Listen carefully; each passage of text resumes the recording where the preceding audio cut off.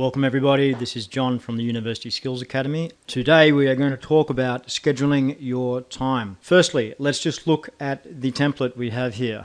It's called a weekly schedule, and there's two versions. There's one for the Middle East where the weekend starts on Friday, goes to Saturday, and the working week starts on Sunday. There's another version that is for the Western world. The working week starts on Monday, the weekend is Saturday, Sunday. Everything else is exactly the same. We have a 24-hour clock down the side here. We have roles for the week. We have an area for sharpening the saw and the physical, mental, spiritual, social, emotional stuff. We have 7 days of the week, mornings, evenings for appointment, and the number one priorities that must happen, and this is the blank template.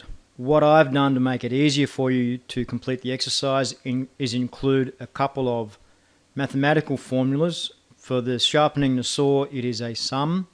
Because I'm using words and numbers, it's an Excel count here. And what I'm doing is I've had a remainder or a modular taking away the amount used from the amount out of the day. So when we start with nothing in the way of an occupation or any activities whatsoever, we have 24 hours in a day all across the week. Let's have a look. Now I'll change a few more stats at the end of this towards the end of the lecture, but we'll worry about that at the end of the lecture. What we're going to do now is fill this in as though I were a university student or a TAFE student, a polytechnic, a college student, even a high school student, and see what we get. Well, the very first thing I would do is fill in my social life, because if you don't fill it in first, you will never get to do it. It'll just get rubbed out and you'll never get to it. And that's one of the things that we need to do regarding sharpening the saw. So I've given myself 3 hours out on Friday night with the boys to go and have a cordial or a beer or see a movie or shoot a bit of pool. And 3 hours dedicated to my family Sunday evening. And I've done that first, and I've just called that social, and it's counted up here as 6 hours of social and emotional stuff, and the total is currently 6 hours. The next thing we need to do is fill in our sleep patterns. So I go to bed at 10 o'clock and I get up at 6, okay? First daylight is 6, except on Saturdays, because I go to bed an hour later, so I sleep in an hour later, and I'll end up going to bed a bit earlier on Sunday, but there's my sleep.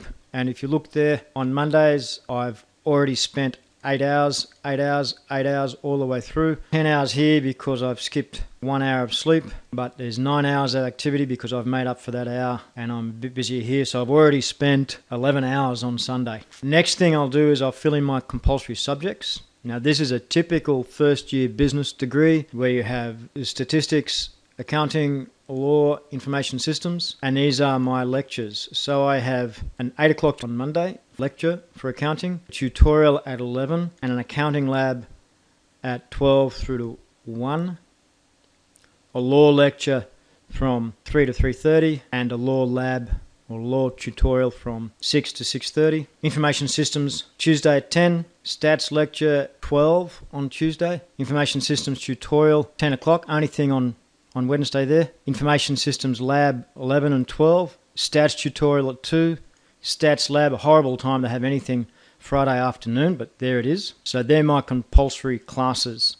And that comes to 15 hours of contact. So the next thing I do is I fill in how I'm going to get about. I do my travelling. So I'm going to leave for campus every day at the same time. 7 o'clock train puts me in class by 8 o'clock, or potentially in a class or a library by 8 o'clock. On Friday, the gym. And because of my time on a Monday, pretty full day Monday, I leave at 7 o'clock. And I leave at 7 o'clock every day except Fridays. A couple of quick things to look at here. After I've done my compulsory classes, I then put in my physical stuff. So because I've got an hour and a half between a law lecture and a law tutorial Monday night, I squeeze in a 40-minute gym workout. So I do all my physical. I squeeze in another gym workout there on Wednesday and Friday. And on Sunday morning, I go back to the gym. Notice because there's Sunday and Monday workouts, I do my workout early in the morning on a Sunday and late in the evening on the Monday. So it's a longer stretch between. I can still squeeze in my 4 hours. Right, next thing. Travel in the evening. I leave campus every evening except Fridays at the same time, because Friday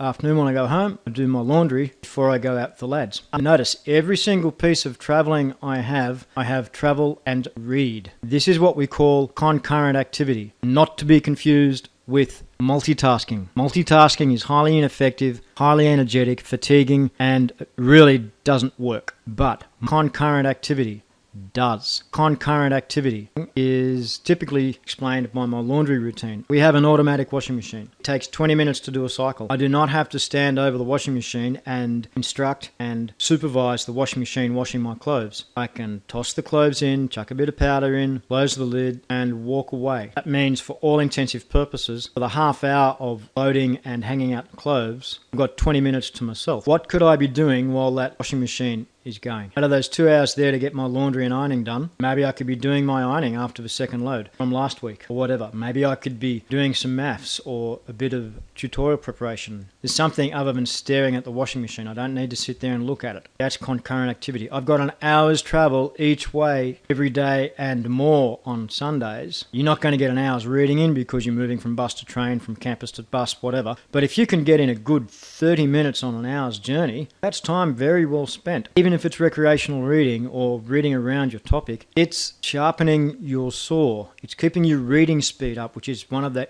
habits that a great student conducts. If I count up all of my sharpening the saw activities, like the reading, like the gym, like church, like my social and emotional, at this point, I've got nearly 19 hours of fun and games just to keep myself crisp and ready to work academically. Next, well, what I've done here is we are looking at the 10-hour rule. I've split this up into the remainder, the hours spent, and the unallocated time on campus. Now, Monday, as you can see, is chockers. It's a really full day, and I have 3 hours of unallocated time on campus. On Tuesday, however, I have 9 hours of unallocated time. Wednesday, 9 hours of unallocated time. Thursday, 8 hours of unallocated time on campus. Friday, because I come home early to do the washing and the chores, 5 unallocated hours of time on campus. If I use the 10-hour rule, I'm required to do another 25 hours. Okay, I haven't allocated any study time yet. This is just the compulsory attendance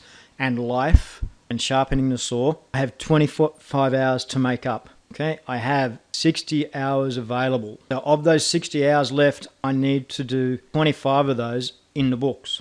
Something really handy. Of those 25 hours, I already have 34 hours available to me on campus. I could do all of my work on campus, all of it, and still have 9 hours up my sleeve to do whatever, socialize, read, something other than that, take up a sport, be part of a club, part of the chess club, part of the IT club, part of a mountaineering club. The good things we can do on campus. Okay, we're going to look at how we spend our time on campus in the next session, and we'll need this. So please fill in this sheet as per your timetable. Notice I've even got time for a part-time job.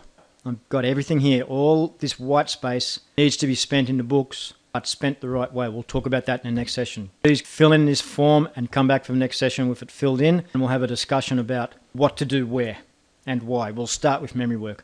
This has been John from the University Skills Academy. Thank you for your time. We'll see you in the next session.